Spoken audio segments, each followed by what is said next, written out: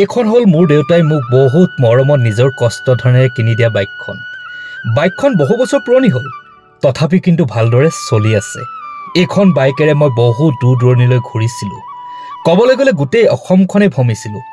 যিমান দূৰ গ'লেও কিন্তু বাইকখনে কোনো অসুবিধাত মোক পেলোৱা নাছিল।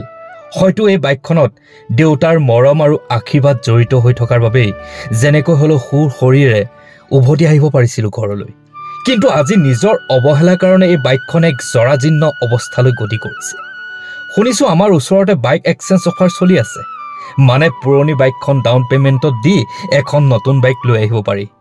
ডিলাৰলৈ যাবলৈ মোৰ সময়ৰ অভাৱ, সেইবাবে ওচৰতে পোৱা সুবিধাটো ময়ো ল'ব বিচাৰিছোঁ।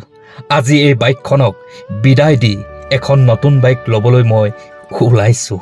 কিছু সময়ৰ পিছত আহি মই নতুন বাইকবোৰ সজাই ৰখা ঠাইখিনি পালোহি। মনটো ভাল লাগিছিল। আজি মই এখন নতুন মটৰচাইকেল ল'ম। এখন এখনকৈ সজাই ৰখা ধুনীয়া বাইকবোৰ চাবলৈ ল'লোঁ। কিন্তু এনেদৰে চাই থাকোঁতে মই এটা কথা হঠাতে অনুভৱ কৰিলোঁ যে মোৰ দেউতাই এদিন মোক ইমান কষ্টৰে কিনি দিয়া বাইকখন এনেদৰে বিক্ৰী কৰিব লোৱা সিদ্ধান্তটো ভুল হৈছে নেকি? মই জানো দেউতাই মোৰ এই কামটোত বেয়া নাপায়, কিন্তু তেওঁ হয়তো অন্তৰত অলপমান হ'লেও কষ্ট পাব। হয়তো ভাবিব যে তেওঁৰ মৰমবোৰ মই বিক্ৰী কৰি দিলোঁ। মই এইখনৰ সলনি এখন নতুন বাইক পাম ঠিকেই, কিন্তু দেউতাৰ আৱেগ অনুভূতিবোৰ জলাঞ্জলি দিয়া নহ'বনে? আৰু মই সিদ্ধান্ত ল'লোঁ যে মই মোৰ বাইকখন সলনি নকৰোঁ। এইখনক মই এক নতুন ৰূপ দিম। যিমান যি বেয়া হৈছে সকলো সলনি কৰি দেউতাৰ কষ্টখিনি সদায় সজীৱ কৰি ৰাখিম। মই যি সিদ্ধান্ত লওঁ সেই সিদ্ধান্ত মই আখৰে আখৰে পালন কৰোঁ। আৰু লগে লগে আহি মই বাইকৰ মেকানিকৰ ওচৰত পালোহি। বাইকৰ মেকানিকৰ ওচৰত আজি মই বাইকখন ঠিক কৰামেই আৰু সম্পূৰ্ণ নতুন ৰূপ এটা দিবলৈ চেষ্টা কৰিম। এনেদৰে বাইকখন মই সেই গেৰেজত ভৰাই দিলোঁ আৰু লগে লগে মই মেকানিকৰ লগত কথা পতা আৰম্ভ কৰিলোঁ। পুৰা এইবিলাক একদম মডিফাই কৰিবা, এনেকৈ শুনিছা নাই? একদম পুৰা মডিফাই কৰি মেলি কি লাগে এইটো চেঞ্জ কৰিব লাগিব। ইঞ্জিনৰ কাম কৰিবা, তাৰপিছত এইটো চেঞ্জ কৰিব লাগিব, তাৰপিছত এখন সলনি কৰিব লাগিব। এইবিলাক একদম গোটেইবিলাক ধুনীয়াকৈ বনাই দিয়া দেই। হ'ব নাই? সেইদিনাত হ'ব? আজি হ'ব? একেদিনাখনে হ'ব? ঠিক আছে। কথা মতেই কাম আৰম্ভণি কৰিলে। এফালৰ পৰা বাইকখন খুলিবলৈ ধৰিলে। যি য'ত বেয়া আছে সকলো বস্তু সলনি কৰিব আজি। বাইকখনে এটা নতুন ৰূপ পাব আৰু দেউতাৰ স্মৃতিবিলাক আকৌ সজীৱ হৈ উঠিব নতুন ৰঙেৰে। সুন্দৰকৈ সেই ল'ৰাজনে খোলা মেলাত লাগি গ'ল। মই আঁতৰৰ পৰা চাই এনেদৰে ভিডিঅ' কৰাত লাগি গ'লোঁ। স্মৃতি হিচাপে এই ভিডিঅ'টো মই সজীৱ কৰি ৰাখিম। আজিকালি মানুহৰ মৰম চেনেহবিলাকো আচলতে নিজৰ ইচ্ছামতে এনেদৰে সজীৱ কৰি ৰাখিব পাৰে। মানুহে আচলতে ভুল কৰে।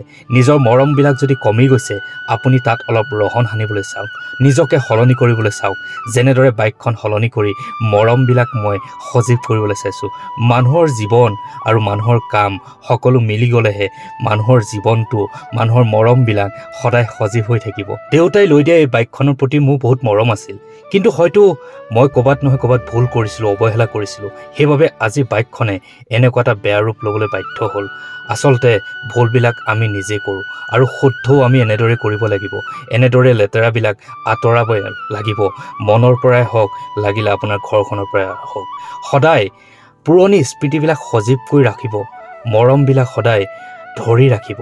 তেতিয়াহে আপোনাৰ জীৱনত নতুনত্বই আগমন ঘটিব। মনত ৰাখিব, যেনেদৰে বাইকখন মই নতুন কৰিব লৈছোঁ। আৰু সম্পূৰ্ণ এটা দিন মেৰামতিৰ পিছত মোৰ সেই পুৰণি বাইকখনে এটা নতুন ৰূপ পাবলৈ সক্ষম হ'ল।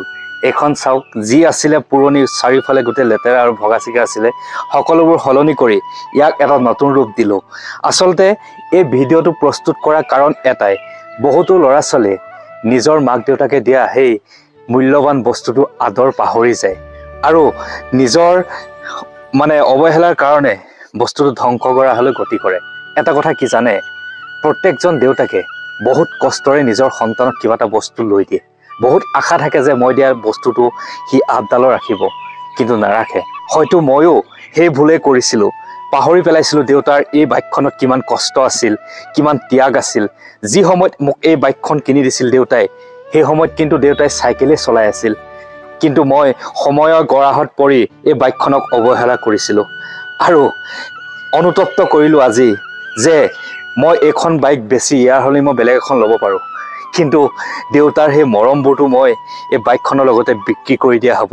সেইবাবে এই সিদ্ধান্ত লৈ এই বাইকখন পুনৰ ধুনীয়া কৰি পেলালোঁ, সকলোবোৰ সলনি কৰি পেলালোঁ, প্ৰায়বিলাক সলনি হৈ গ'ল বস্তু, কিন্তু দেউতাৰ মৰমৰ বাইকখন হয়তো চিৰজীৱন মই এনেদৰে সাঁচি থ'ম।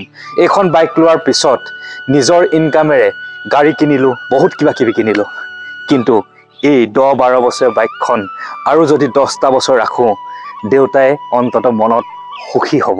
এই সুখ দিবলৈ প্ৰত্যেক সন্তানে চেষ্টা কৰক। দেউতাকৰ বস্তুবিলাক কেতিয়াও অনিষ্ট নকৰিব। দেউতাৰ বহুত কষ্ট আৰু ত্যাগ জড়িত হৈ থাকে প্ৰত্যেকটো বস্তুৰ লগতে সন্তানক দিয়া। চ' এটা ভিডিঅ' বনালোঁ, ইয়াৰ পৰা যদি মেছেজ পাইছে কিবা এটা, আপোনালোকে ভিডিঅ'টো অনুগ্ৰহ কৰি শ্বেয়াৰ কৰি দিব আৰু এটা জ্ঞান ল'ব বুলি আশা কৰিলোঁ, যাতে দেউতা দিয়া আপোনাৰ বাইকেই হওক, আপোনাক দিয়া চাইকেলখনেই হওক, সুন্দৰকৈ ৰাখিব সদায়, তাকে কামনা কৰি এই ভিডিঅ'টো ইমানতে সমাপ্ত কৰিছোঁ। ধন্যবাদ।